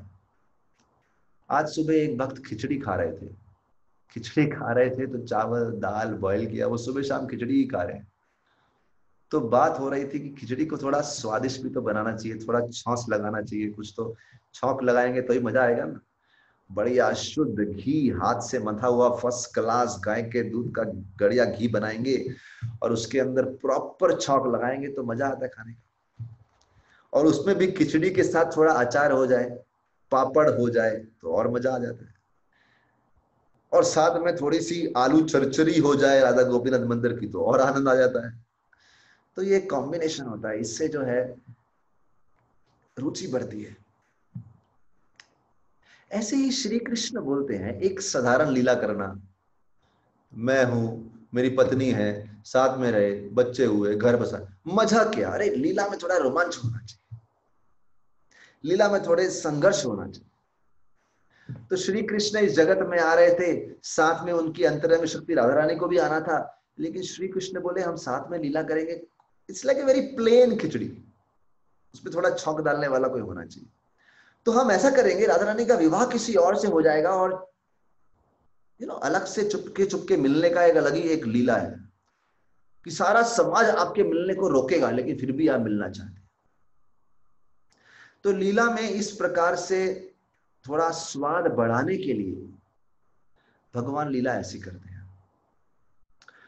तो लोग पूछते हैं अगर भगवान ऐसी लीला करेंगे तो लोग भी ऐसा ही करेंगे, लोग भी शादी का रिश्ता छोड़ के पराई गर्लफ्रेंड के साथ भागते रहेंगे, ऐसा कुछ नहीं है। लेकिन हमको समझना चाहिए, राम जी ऐसी लीला नहीं किए, जब श्री कृष्ण किसी और अवतार में आए ऐसी लीला नहीं किए, लेकिन जब श्री कृष्ण कृष्ण रूप में आते हैं, जो साक्षात सभी अवतारों के स्रोत हैं, और वो श्री कृष्ण भी जब वृंदावन के 11 साल लीला करते हैं। देखिए, मथुरा द्वारका में सारे नियम पालन किए, लेकिन जब वृंदावन में करते हैं सब नियमों को तोड़ देते हैं। बोले मैं भगवान हूं, मेरे लिए कोई नियम नहीं। देखिए, पूरा कोई बिल्डिंग है, उसका मालिक है, बिल्डिंग में सबके लिए गाड़ी पार्किंग करने का जगह है, लेकिन पूरी बिल्डिंग का मालिक है, वो गाड़ी कहीं पार्क करे, क्या फर्क पड़ता है? सारे नियम उसके हैं। पुलिस वाला ले लो, पुलिस वाला गाड़ी कहीं भी खड़ा कर दे, नहीं तुम नहीं गाड़ी कहीं खड़ा कर सकता। ट्रैफिक पुलिस वाला कहीं भी खड़ी कर सकता है, उसका नियम है, ठीक है। मैं एक रफ एग्जांपल दे रहा हूं। ऐसे ही श्रीमती राधा रानी के साथ भगवान श्री कृष्ण आते हैं, कोई नियम की परवाह नहीं करते, उनका मेन है कि लीला का स्वाद कैसे बढ़ाना है, लीला में तीव्रता कैसे बढ़ानी है। तो ऐसी अद्भुत अद्भुत लीलाएं करते हैं। राधा रानी का विवाह हो गया 9 साल की उम्र में अभिमन्यु से। अभी एक्चुअली अभिमन्यु भी श्री कृष्ण की परछाई ही है, और ऐसा नहीं कह सकते कि श्री कृष्ण किसी दूसरे पुरुष की पत्नी के साथ भाग रहे हैं, कोई मतलब ही नहीं है। सारी सारी सृष्टि श्री कृष्ण की है। अभिमन्यु की पत्नी कृष्ण की है, सबकी पत्नियां कृष्ण की है, सब पति कृष्ण के हैं, कृष्ण ही तो केवल एक पति हैं। तो ये तत्व समझने के बाद लीला को छौक की दृष्टि से देखिए, लीला में आनंद कैसे बढ़ता है, पापड़ अचार कैसे डलता है, ताकि श्री कृष्ण को वृंदावन में लीला का खूब आनंद आए। तो श्री कृष्ण एक दिन पूरे जावट में, जहां राधा रानी का विवाह हुआ है, वहां पे ऐसी अफवाह फैला देते हैं। देखिए, राधा रानी के जो हस्बैंड है अभिमन्यु, वो मार्केट गए हैं कुछ खरीदने के लिए, और मार्केट में पैसे कम पड़ते हैं तो घर वापस आते हैं पैसा इकट्ठा करने के लिए। उनके आने से पहले श्री कृष्ण पूरे गांव में खबर फैला देते हैं कि आज कृष्ण अभिमन्यु का रूप लेके आने वाले हैं, गांव वाले खूब पिटाई करना उसकी। वो जटिला जो है राधा रानी की सास है, वो तो सतर्क हो जाती है, अरे आज कृष्ण मेरे बेटे का रूप लेके आने वाला है, आने दो उसको। वो पूरा सतर्क हो गई। जटिला खड़ी है गेट के ऊपर और सामने से अभिमन्यु आ रहे हैं, और अभिमन्यु को देख के जटिला अपनी लाठी उठाती है और पूरे गांव को इकट्ठा करती है, और जो मार मार के अभिमन्यु की पिटाई करती है। अभिमन्यु समझाने की कोशिश कर रहे हैं, अरे मैं आपका बेटा हूं, मैं आप ओ अच्छा तो मेरा बेटा है, एक और ले, एक और ले। इतना पिटाई किया उसका, अभिमन्यु को भगा दिया। फिर बाद में कृष्ण आते हैं जो सच में कृष्ण है, और वो कृष्ण अभिमन्यु का रूप लेके आते हैं। ये असली अभिमन्यु था, पिटाई कर दिया उसका, वो असली अभिमन्यु। जटिला इतना स्वागत करती है, गले से लगाती है, खूब खिलाती है, प्रेम देती है, और बड़े आनंद से शांति से बैठ के भगवान कृष्ण राधा रानी से खूब बातें करते हैं, खूब आनंद होता है, खूब लीला होती है। जटिला कुटिला कुछ नहीं कर पाती। अच्छा, अगले दिन जब श्री कृष्ण एक दिन ऐसे ही चुपके से राधा रानी से बात करने आते हैं, और श्रीमती राधा रानी से बात करने के लिए आते हैं, तो श्रीमती राधा रानी उनको, अभी ये कमरा बंद है, बातें कर रहे हैं, बाहर से जो राधा रानी की ननद है कुटिला, वो सुन लेती है। अभी देखिए पूरा जो ये मूवी चल रहा है उसमें जटिला और कुटिला को पूर्ण रूप से एक तरह का द्वेषी समझाएगा, दुश्मन है राधा रानी की, लेकिन एक्चुअली वो लीला का आनंद बढ़ा रहे हैं, स्वाद बढ़ा रहे हैं।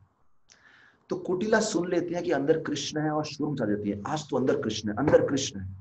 और कुटिला दरवाजा तोड़ के खोलने लगती है, कृष्ण गायब हो जाती है। कुटिला राधा रानी से बोलती है कृष्ण यहाँ आए थे कृष्ण यहाँ पे। नहीं नहीं आए कृष्ण यहाँ पे, बिल्कुल नहीं आए। तभी कुटिला तलाशी लेती हैं और एक कोने में कृष्ण की बांसुरी मिल जाती है। रंगे हाथों पकड़ी गई, अभी क्या करेंगे, रंगे हाथों पकड़ी गई, वहां से कुटिला की बांसुरी मिली, और बांसुरी कुटिला को कृष्ण की बांसुरी मिली। पूरे गांव में हल्ला करते, वो जटिला को दिखाई, सासू माँ को, पूरे गांव को एकत्र कर लिया, राधा रानी पवित्र स्त्री नहीं है, दूसरे पुरुष के साथ घूमती है, ये है वो है फलाना है, पूरा शोर कर दिया। सब घबरा गए, तो राधा रानी पकड़ी गई।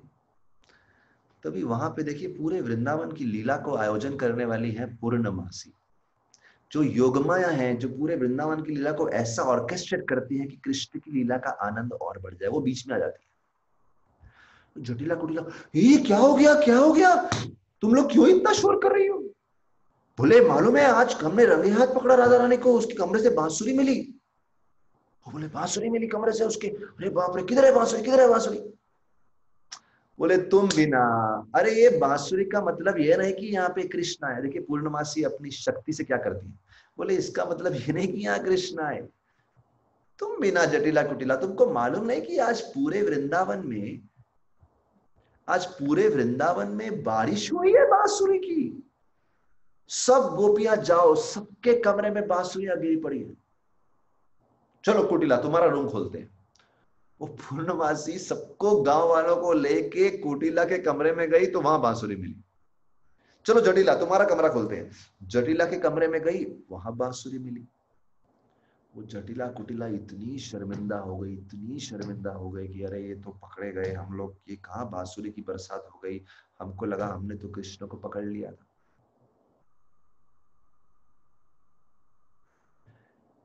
एक और लीला है। तो इस प्रकार से जटिला कुटिला ने राधा रानी को पूर्ण रूप से बदनाम कर दिया। ये, इसका रिश्ता कृष्ण से है, ये अपने पति को छोड़ के दूसरे के साथ घूमती है, फलाना फलाना ऐसा बोलती जा रही है सब जगह। एक दिन श्रीमती राधा रानी इतना रो रही है, इतना रो रही है, इतना रो रही है। क्यों रोना आ रहा है उनको कि अरे मैं सबसे ज्यादा अपवित्र स्त्री, 9 साल की उम्र शादी करा दी मेरी, मैं तो हमेशा श्री कृष्ण से ही शादी करना चाहती थी, क्यों मेरी शादी अभिमन्यु से कराई? जब श्रीमती राधा रानी अपने घर पे बहुत रो रही थी, उधर श्री कृष्ण अपनी माँ के गोद में, देख श्री कृष्ण इतने बड़े हो गए हैं लेकिन अपनी माँ के गोद में माँ का स्तनपान कर रहे हैं, दूध पी रहे हैं। और दूध पीते पीते पीते पीते वो सडनली बेहोश हो गए, मानो दूध नहीं कुछ जहर पी लिया हो। यशोदा माई बहुत चिंतित हो गई, अरे क्या हो गया? देखा तो ऐसे लगा लगा कृष्ण तो लगभग मृत के समान हो गए। नंद महाराज को बुलाया, गांव एकत्रित हो गया, अरे कृष्ण को क्या हुआ, कृष्ण को क्या हुआ? यशोदा माई तभी बोली जल्दी से जाओ किसी डॉक्टर को लेके आओ।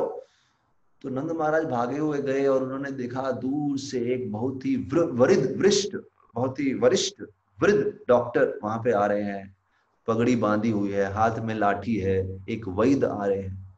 अभी वही कृष्ण जो लेटे हुए हैं उन्होंने ही एक वैद्य का रूप ले लिया, क्योंकि श्री कृष्ण नहीं देख सकते कि श्रीमती राधा रानी रो रही है।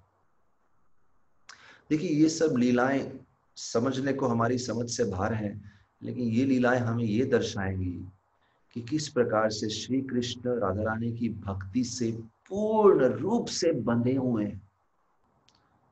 ऐसा राधा रानी की भक्ति में क्या तत्व है कि श्री कृष्ण बंध गए हैं,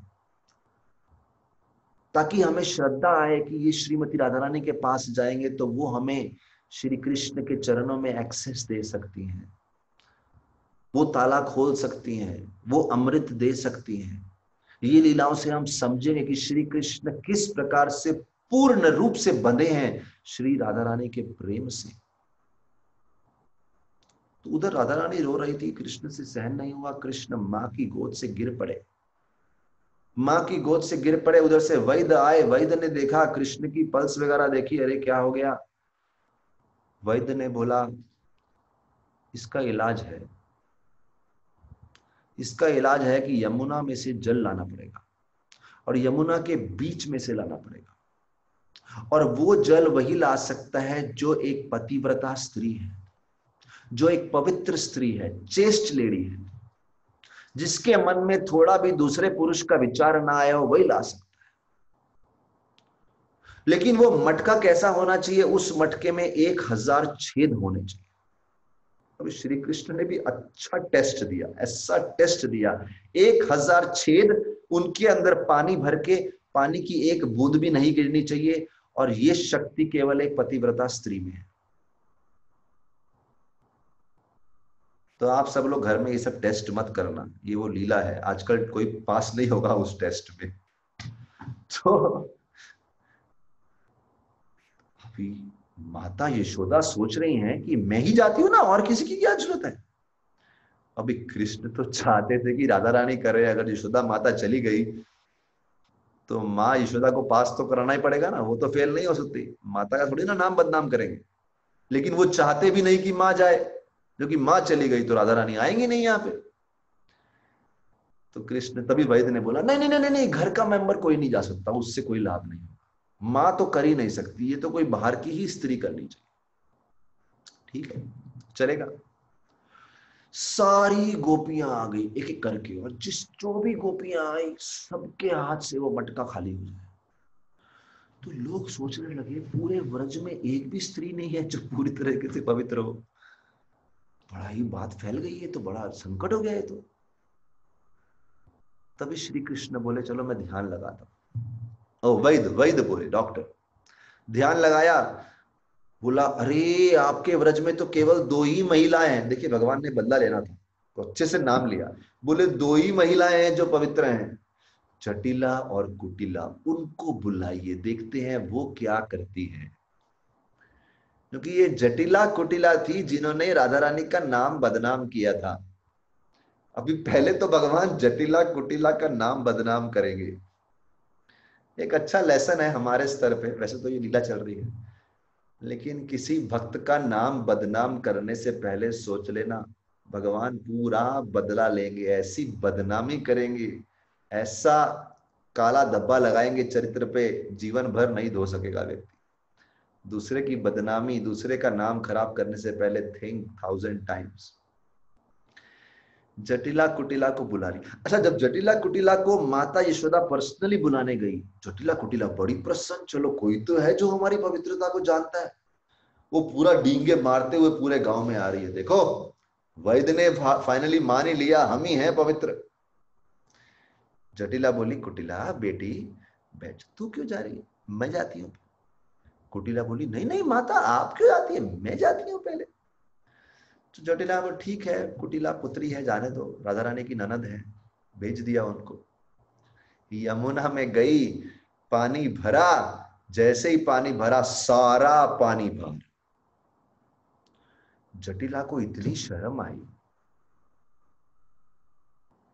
नाम बदनाम हो गया ना कि जटिला की बेटी पवित्र नहीं है। कुटिला, तुमने हमारा परिवार का नाम मिट्टी में मिला दिया, शर्म नहीं आती, पहले क्यों नहीं बताया? बहुत क्रोधित हो गई। तुम्हें जाने की जरूरत क्या थी, मैं जाती। देखिए अभी डींगे मारते हुए जा रही है, उसको नहीं मालूम कि उसका भी ये हाल होने वाला है। जटिला गई और ऐसी डींगे मारते हुए जा रही है, सासू माँ मेरे से ज्यादा पवित्र कोई नहीं है, मैं लेके आऊंगी, मैं कृष्ण का इलाज करूंगी। अंदर गई, पानी उठाया और पूरा मटका ही टूट गया। अभी बाहर आ क्या मुंह दिखाएगी? बोली, हम फालतू की परीक्षा रख दी। कभी सुना है? जब जा रही थी ना तो क्या बोल रही थी, अरे 1000 छेद क्या, लाखों छेद होंगे तो भी पानी ले आओ। जब वापिस आ रही थी तो बोलती है, कभी सुना है कोई मटके में 1000 छेद वाले मटके में पानी लेके आया? ये डॉक्टर मूर्ख है, मूर्ख बना रहा है हमको। सब बोलते हुए बाहर आई और बोलती है, जिस प्रकार से हाथी एक चुल्लू भर पानी में कभी डूब नहीं सकता, जिस प्रकार से गरुड़ के सर पे कभी सांप विराजमान नहीं हो सकता, उसी प्रकार से छेदों वाले मटकों में कोई पानी नहीं ला सकता। ये फालतू की परीक्षा। अभी फेल होगी ना, अंगूर खट्टे हैं, नाच ना जाने आंगन टेढ़ा। तो वापस आ गई। लेकिन इंसल्ट तो बहुत हुई। अभी जटिला कुटिला पूरे गांव में डींगे मारते आई थी अपनी पवित्रता की, अभी किसको मुंह दिखाएंगे? अभी वैद्य ना डायरेक्ट नहीं बोल सकते राधा रानी को बुलाओ, सब समझ जाएंगे ये तो पूरा मैच फिक्सिंग है। तो वैद्य बोलते हैं, अरे ये तो बड़ी संकट हो गया, कोई भी गोपी नहीं है। तो सारी महिला को लेके बैठ गए, संगत जमा ली और बीच में अपनी कुंडली लेके बैठ गए। बोले रुको, मेरे को हिसाब लगाने दो। काफी समय लगाया, हिसाब हिसाब लगाया, ध्यान लगाया और फिर शरण नहीं बोले। अरे एक गोपी तो रह ही गई, सबसे ज्यादा पवित्र जो ब्रज में है वो तो रह ही गई, किसी ने श्री राधिका को तो बुलाया ही नहीं। जब ऐसा बोला उन्होंने तो जटिला कुटिला सबसे पहले खड़ी हो गई। राधिका और पवित्र? पूरा दिन तो कृष्ण के साथ घूमती रहती है, उसे कैसे पवित्र बोलते हो? वैद्य कुछ नहीं बोले। कृष्ण बेहोश पड़े। यशोदा माई माँ है, माँ का स्वभाव है सोचती नहीं, सिर्फ बालक के हित के बारे में सोचती, ज्यादा इंटेलेक्चुअल सोचती नहीं है माँ, बच्चे का हित होना चाहिए बस।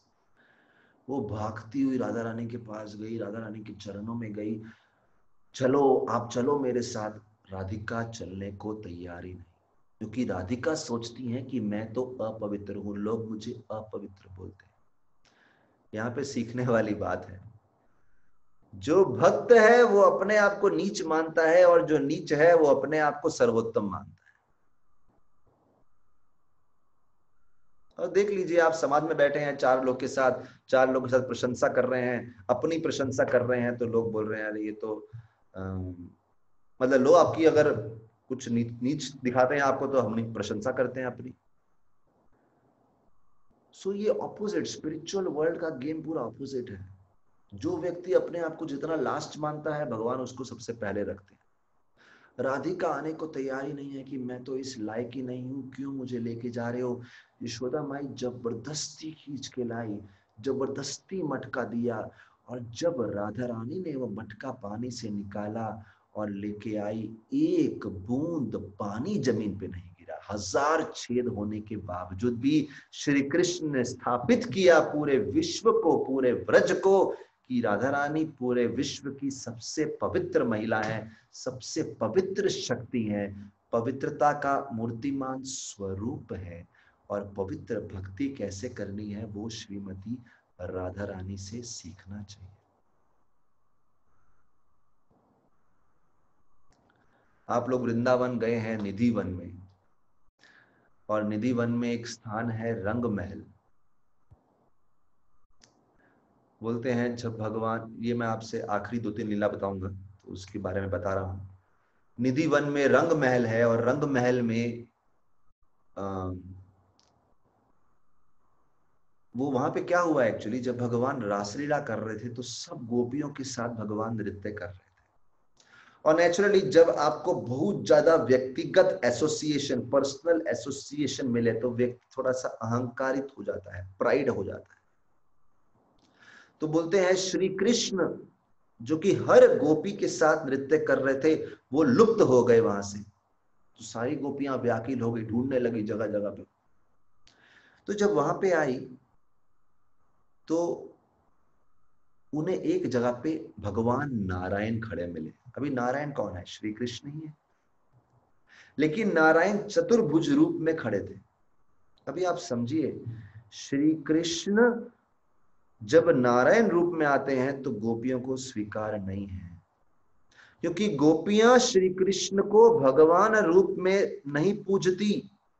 देखिए, हमको आज बोला जाए चलो वैकुंठ चलते हैं, लेकिन कृष्ण नहीं नारायण बोलेंगे। हम बोलेंगे यार यहाँ से लेके चलो, कोरोना से कहीं तो लेके चलो, नारायण मिले, विष्णु मिले, कृष्ण मिले, क्या फर्क पड़ता है, कोई तो मिले, राम मिले, कोई तो मिले। अपने को, क्योंकि अपने को भगवान से प्रेम नहीं है, अपने को निकलना है, इस जगत से निकलना है, खास तौर पे 2020 से बाहर निकलना है। ऐसा भयंकर साल है, यहां से बाहर निकलो।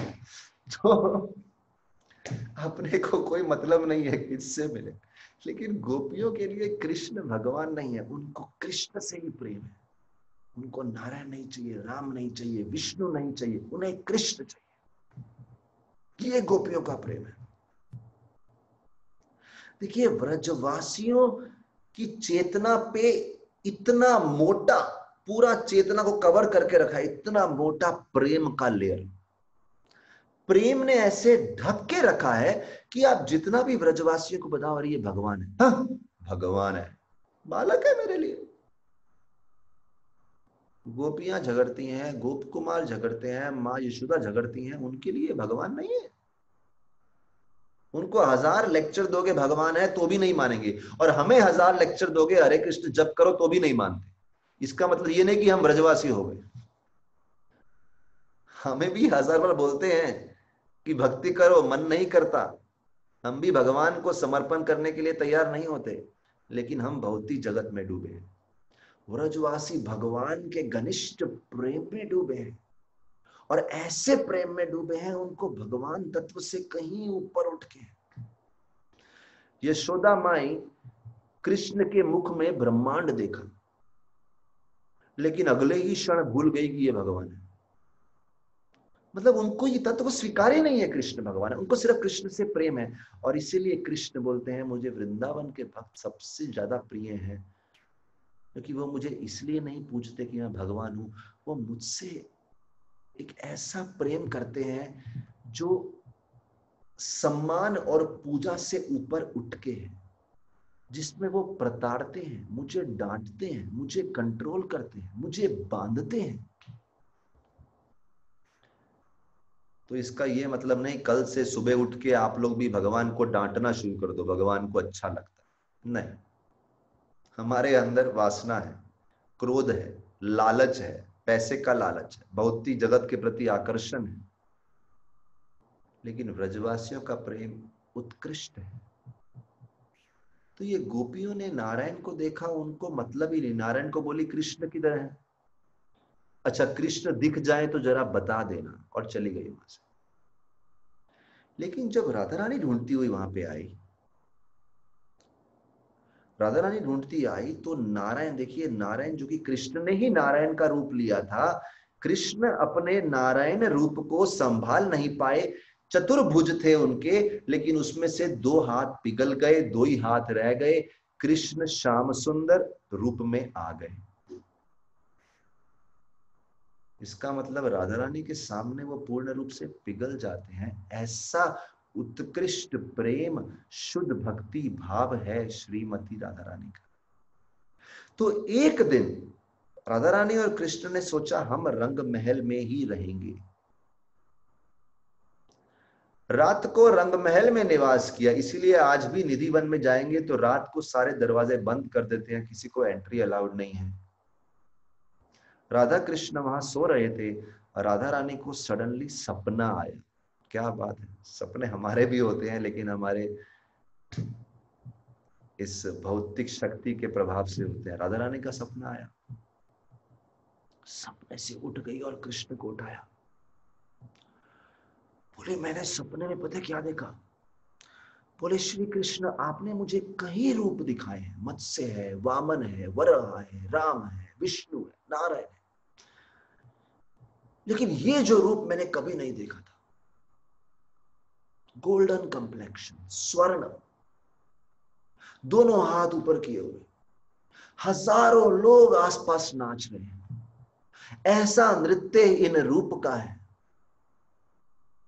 राधा रानी बोली मुझ में तो करुणा है, मैं तो कृपा बांटती हूं, लेकिन इस रूप में जो ये रूप करुणा बांट रहा था, न भूतो न भविष्य किसी ने देखा नहीं। मानो ये रूप करुणा का अवतार हो, महावदन्याय।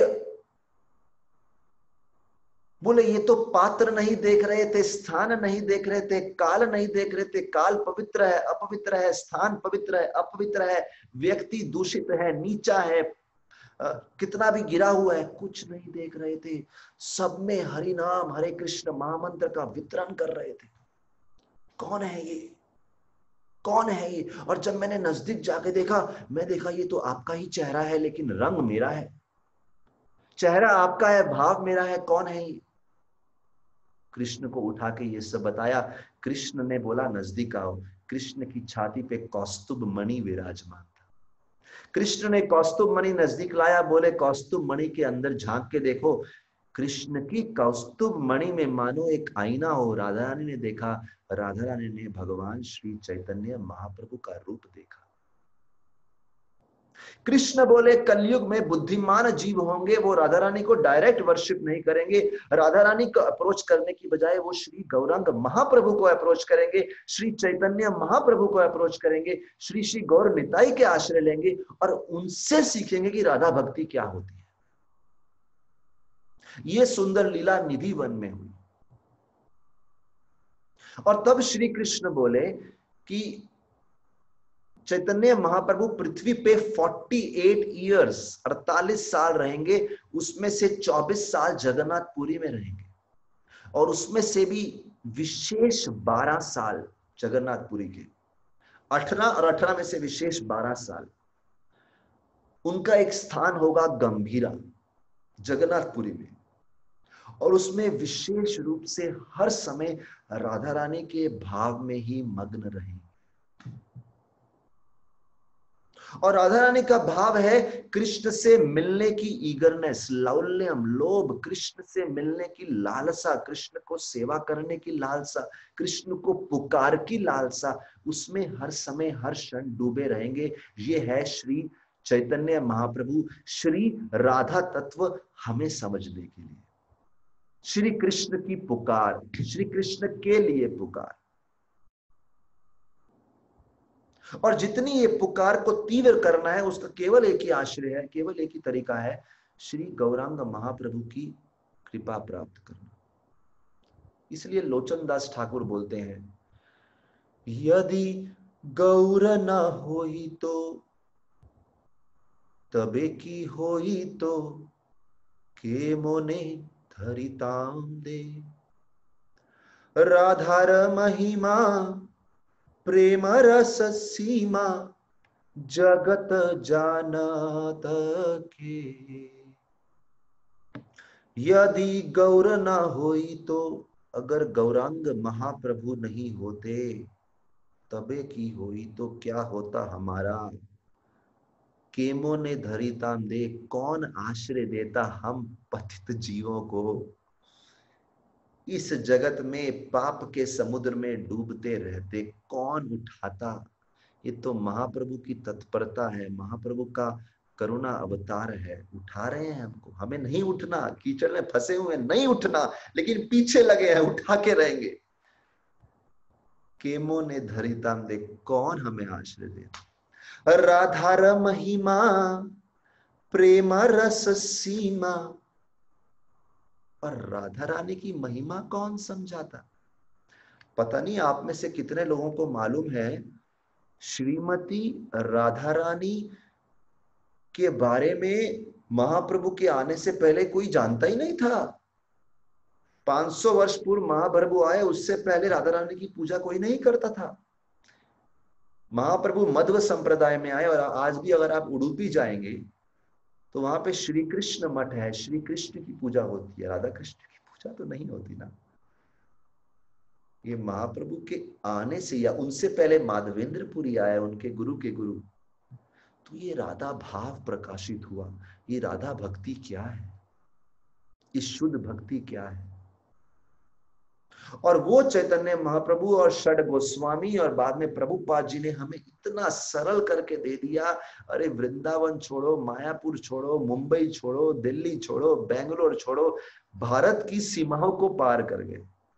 अच्छा, जब पहली बार प्रभुपाद जी अमेरिका में लैंड हुए, और अगर आप वो कविता पढ़ेंगे जो प्रभुपाद जी ने लिखी अमेरिका में लैंड होते, जहाज से उतरे,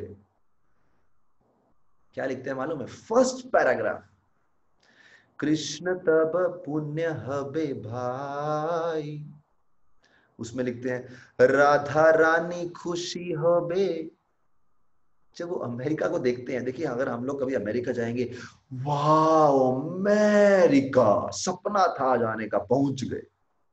कहीं भी जाएंगे, कहीं यूरोपियन कंट्रीज घूमेंगे, अमेरिका घूमेंगे, कहीं भी वाह घूमने की जगह है, तो मन करेगा अरे यार 10 दिन छुट्टी पे आया, अभी काश ये माला से छुट्टी मिल जाए अपने को।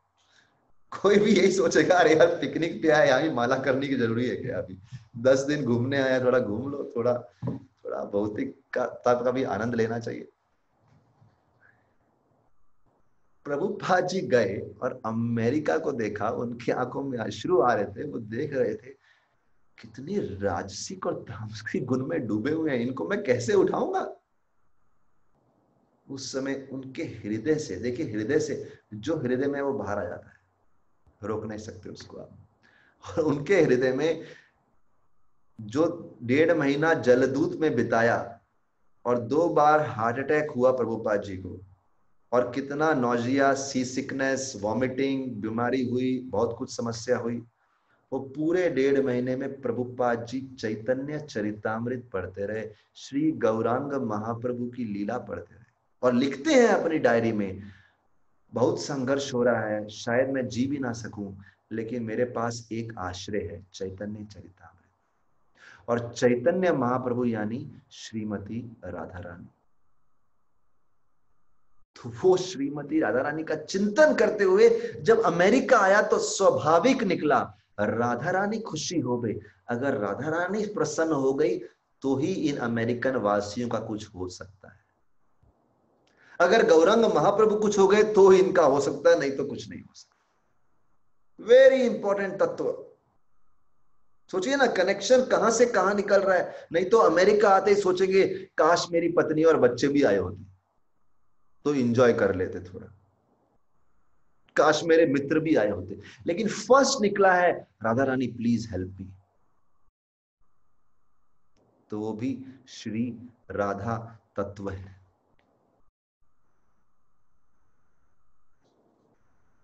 राधा रानी खुशी होगी, राधा रानी कृपा करेंगी, तभी ये राजसिक तामसिक लोगों का कुछ होगा। तो ये है श्री राधा तत्व पे कुछ छोटी छोटी कथाएं। कैसे समझ सकते हैं? महाप्रभु से समझ सकते हैं।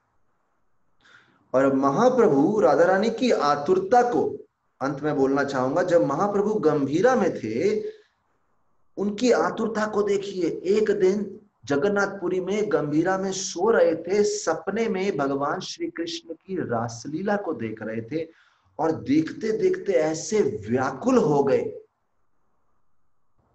नहीं, पहले तो क्या हो गया, वो लंबी गहरी नींद में चले गए। देखिए जनरली मंगल आरती में उठ जाना चाहिए, लेकिन उठे ही नहीं, सुबह नहीं उठे, मतलब काफी समय हो गया। उनके सेवक थे गोविंद, तो देखिए उठे नहीं आज, उनको उठाया।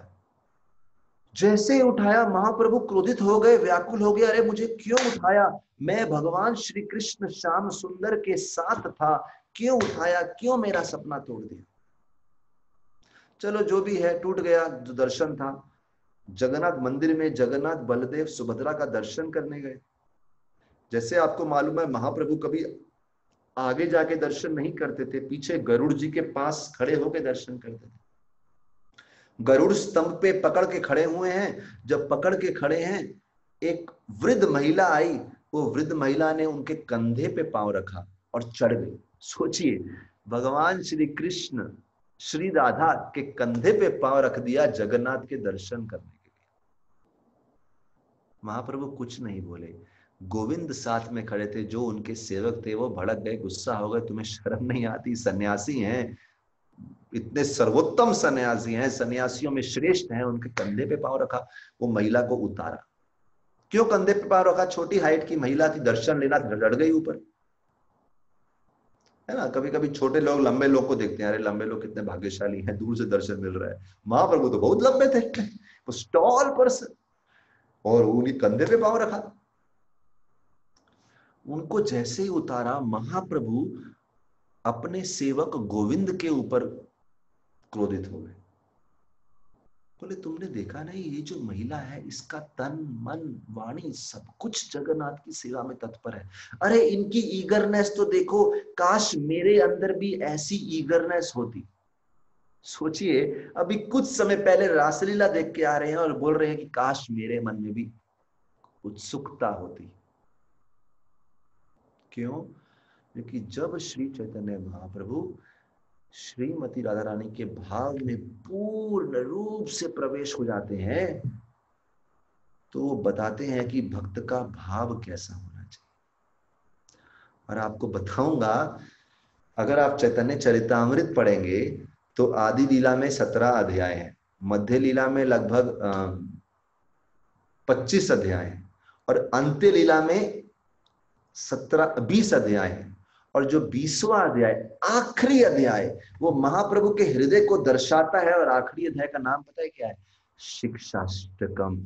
महाप्रभु के हृदय से निकली हुई 8 प्रार्थनाएं। तो अगर आप सोच रहे होंगे कि राधा रानी मन में क्या सोचती हैं, तो शिक्षाष्टकम पढ़ लीजिए, वो राधा रानी सोचती है ना। कभी लोग सोचते हैं अरे भगवान क्या सोचते हैं। जैसे हमारे मंदिर के 2 वरिष्ठ भक्त एक कमरे में थे, तो बाहर से एक नया व्यक्ति आया, वो बोला, किसी दूसरी महिला से बात कर रहा था, बोला मैं सोच रहा हूँ ये दोनों कमरे में क्या बात करते होंगे ना।